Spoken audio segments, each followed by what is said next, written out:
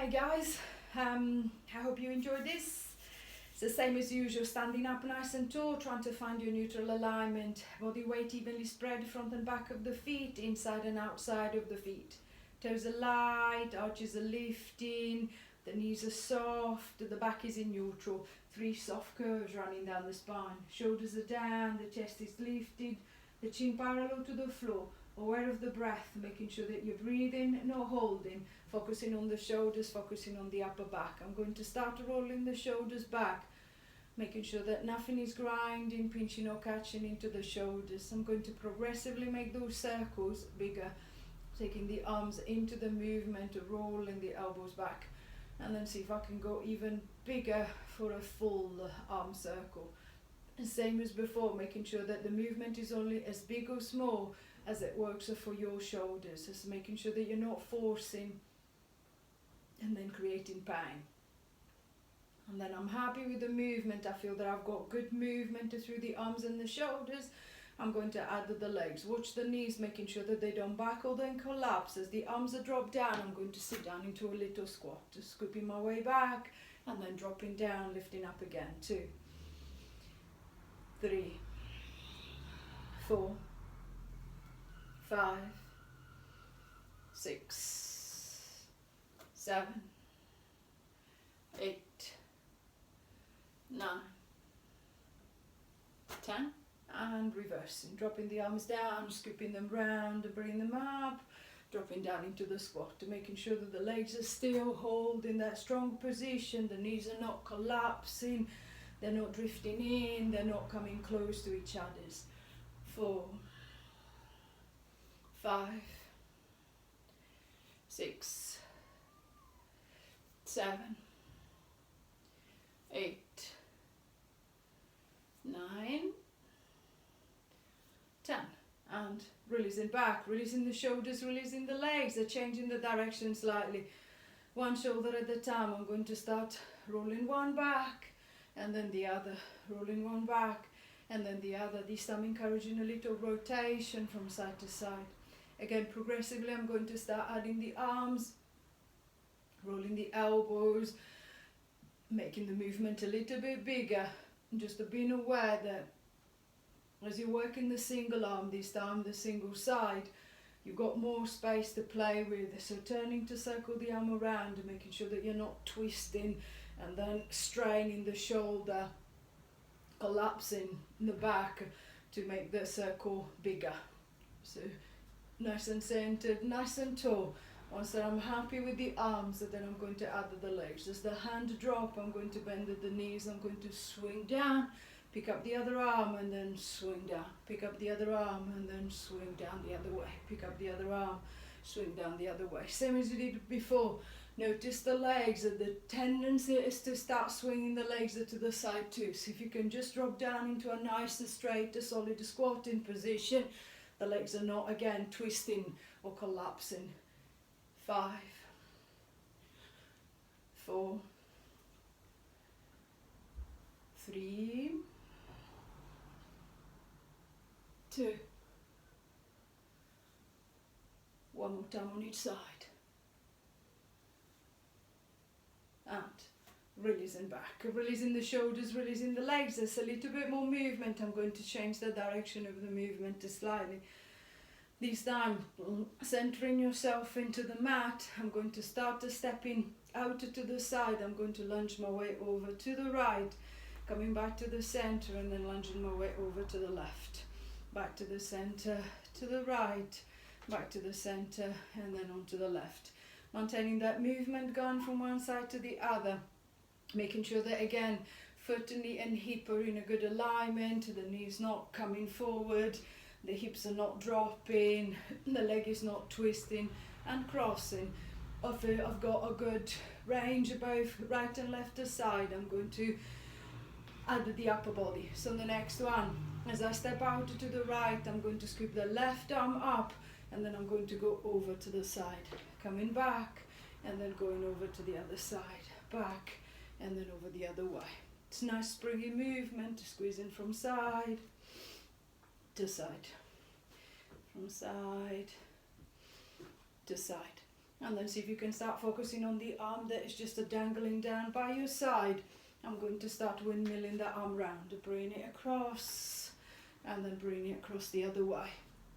Encouraging the head to stay lifted. Think of looking around the side of the lifted arm, up and towards the ceiling. So making sure that the chin is not dropping to the chest, the back is not collapsing. I'm still standing tall, I'm still standing long. 6, 5, 4, 3, 2, 1. And releasing back. Relaxing the shoulders, releasing the back. It's a little bit more movement. The body's a little bit warmer. I'm going to see if I can start loading it a little bit more. I'm going to get into a 3 ways lunge. I'm going to step to the front, I'm going to step to the corner, and then I'm going to step to the side of the mat. So if I straighten up my mat that way, so that makes a little bit more sense. I'm going to stand at the back of my mat, and I've got even space right and left side. I'm going to step forward on the right leg, a shorter step but a low one, so imagine to be kneeling down. Then I'm going to come back, I'm going to aim for the front corner of the mat, a nice long step.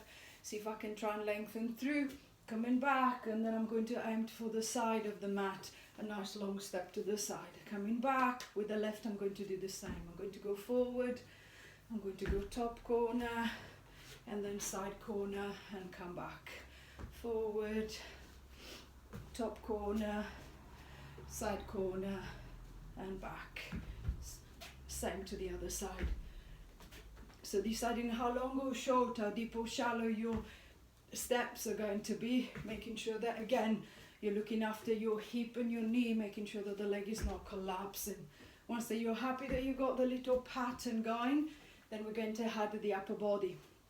Where the foot goes, I'm going to take my hands. It doesn't matter if I can't actually touch the foot, but see if I can put a little bit more weight into that leg I'm stepping into.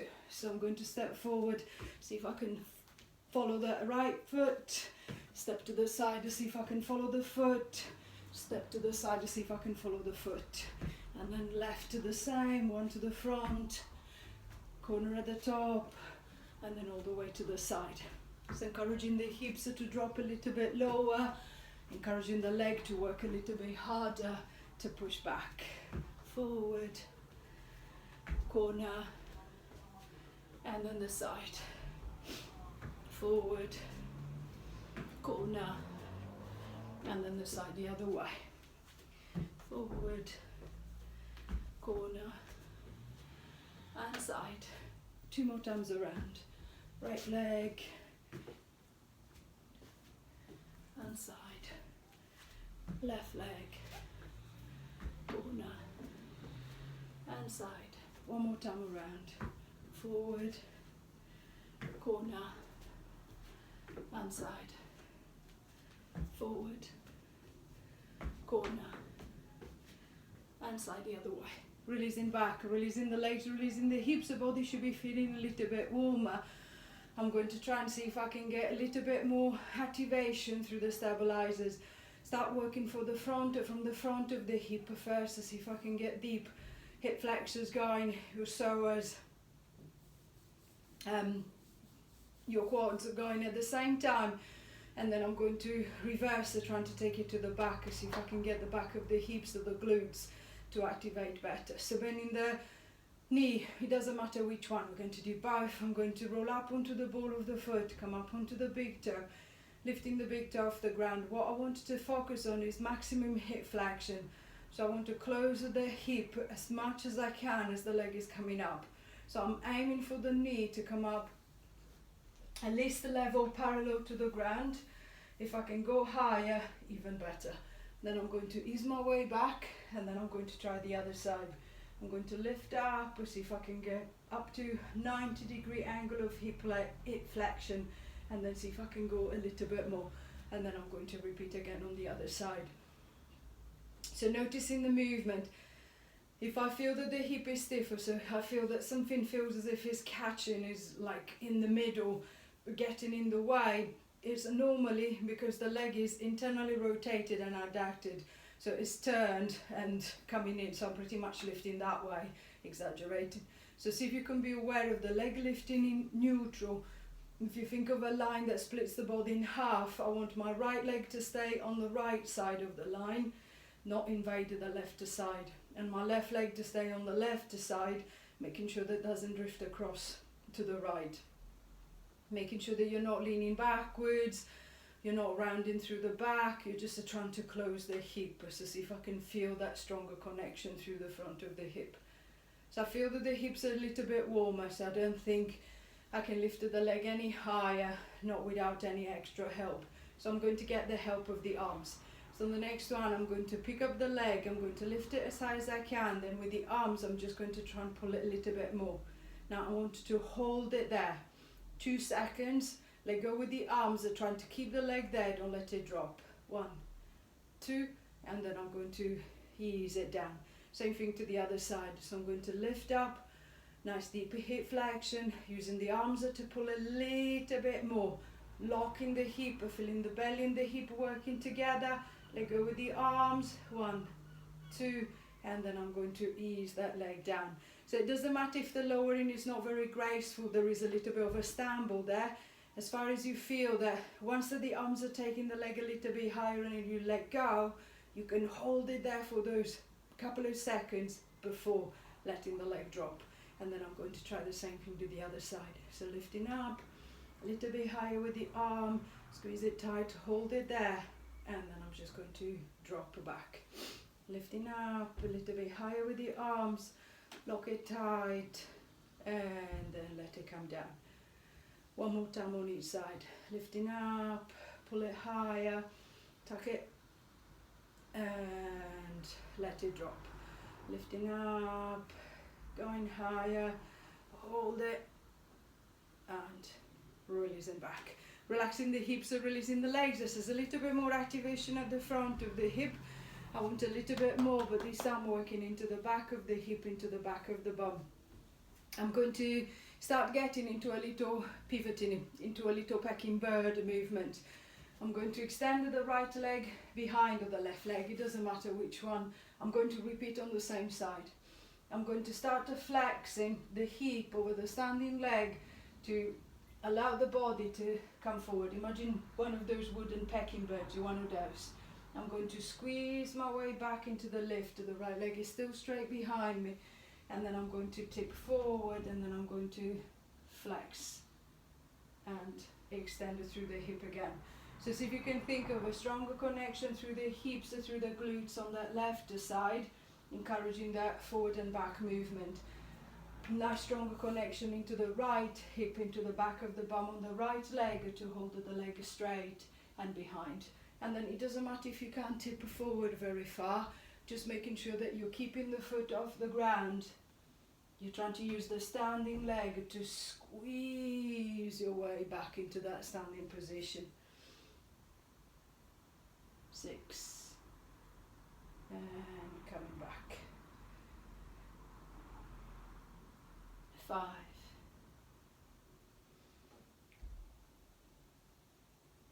4, squeeze, squeeze, squeeze, squeeze, squeeze, squeeze, squeeze, squeeze, squeeze. 3, the back is nice and straight, the shoulders, the neck nice and relaxed. 2, squeezing up. Last time, really trying to make that right bum cheek work, and lifting back, giving the leg a little shake, relaxing the hip, releasing the leg. I'm going to do exactly the same thing to the other side, so extending the left leg behind or the other leg behind, keeping it nice and straight to the back of the bum, actively working to hold the leg back there. And then tipping forward from your standing hip, I'm going to start getting the little hinge going onto this side, extending my way back, and then I'm going to try again, tipping forward and then coming back, tipping forward and then coming back. Noticing how different this side feels compared to the other. This side might be feeling a little bit wobblier. Keep the movement smaller, and then see if you can keep that extended leg up and away from the ground until you're back into your upright position. So really trying to get the standing leg to do all the work. Tipping and then coming back. The back is straight, the shoulders relaxed, making sure that you're still breathing. 5,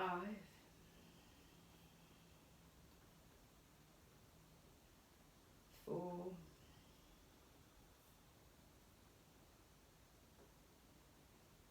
3,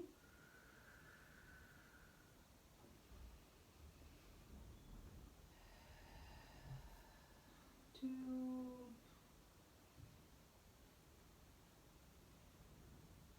last one, and releasing back, relaxing the hip, releasing the leg. This is a little bit more connection at the back of the hip too. I'm going to try and finish off by putting them all together. So I'm going to stand on the right leg. I'll be repeating on the right side. I'm going to bend the left knee, roll up onto the ball of the foot, lifting the knee as high as I possibly can, and then I'm going to start extending that leg behind as far back as I can with the big toe. See if I can try and reach and touch the back wall. Then I'm going to pull the knee back up into that lift, and then I'm going to go back into that nice long extended leg behind, and then coming back. So same as you did on the two movements separately. Keep them small at the front to see if you can really try to get the knee to lift up high. At the back, it doesn't matter if the leg doesn't lift very high, see if you can try and extend it behind before you pull it back up again. The standing leg is working hard anyway.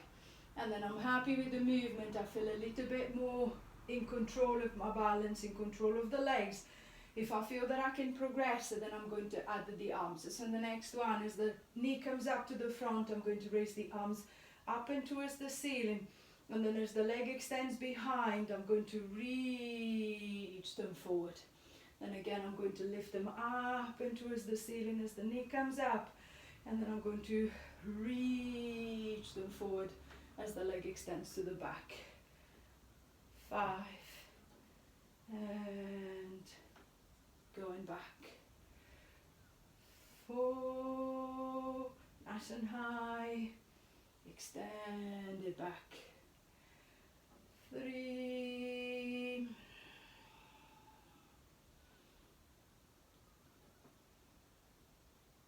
2, shoulders down, the neck is still free to move. Last one, reach it as long as you can, and releasing back. Releasing the arm, relaxing the standing leg. I'm going to repeat the same thing to the other side.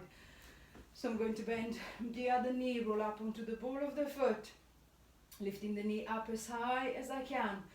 And then I'm going to start extending that leg behind with the big toe, see if I can try and touch the back wall. Now I'm going to pull it back, lifting it up again nice and high. And then I'm going to extend at the back, opening up the front of the hip as the leg goes back, closing, flexing the hip as the leg comes forward as it lifts up. Same as on the other side, keeping the leg lower at the back. If I feel that my balance is not that great, even putting the big toe down on the ground if I feel a bit too wobbly on this side. But at the front, to see if I can really encourage that lift into the knee, that lift into the hip. And then if I'm happy enough with the movement and I feel that I can progress it more, then I'm going to add the arms. As the knee comes up to the front, I'm going to raise the arms up and towards the ceiling. And then as the leg extends to the back, I'm going to reach them forward with the rest of the body. Then I'm going to extend my way back up again, shoulders down, neck nice and loose. And then I'm going to reach my way forward again. Easing back, pulling it up at the front, and then reaching it long at the back. 6. Find the breath that works for you. It doesn't matter which way around you breathe, as far as you are breathing, not holding. 5.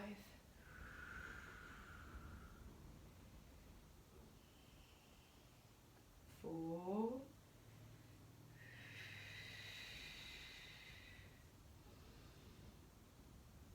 3.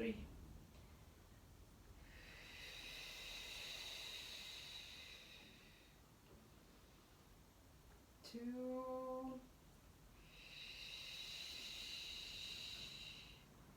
Nice and strong, nice and strong, nice and strong. Big lift at the front and a nice long reach at the back and releasing back. Releasing the shoulders, releasing the arms. There's a little bit more connection front and back of the legs. I'm happy with the body. I feel a little bit warmer, so I'm ready to hit the ground. So letting the chin drop down to the chest, the shoulders come forward, and then I'm going to start rolling down. Rounding the upper back, rounding the lower back. Bending the knees as much as you need, reaching as far down as you feel comfortable, as far down as you can. Coming back in reverse and curling all the way back, up to the top. Think of your back like a bicycle chain. See if you can move one chain link at a time. Noticing if some of them are stuck together. See if I can encourage them to articulate a little bit better. See if I can get a little bit of a rust off, or see if I can encourage a better movement. Same as usual, keeping the hands onto the legs for a little support, to making sure that no matter how small or big the movement is, that there is no pain across the back or shooting pain down the legs. This is no sciatica. 3.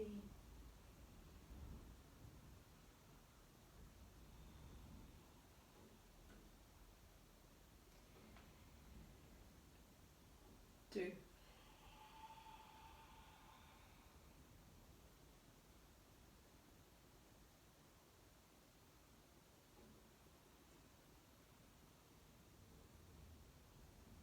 And then on the last one, I'm going to roll down to stay down. Just letting the chin drop, the shoulders come forward. Bending the knees as much as you need, hands on the mat. Start walking the hands forward, lowering the knees down. Ready to select as the second part.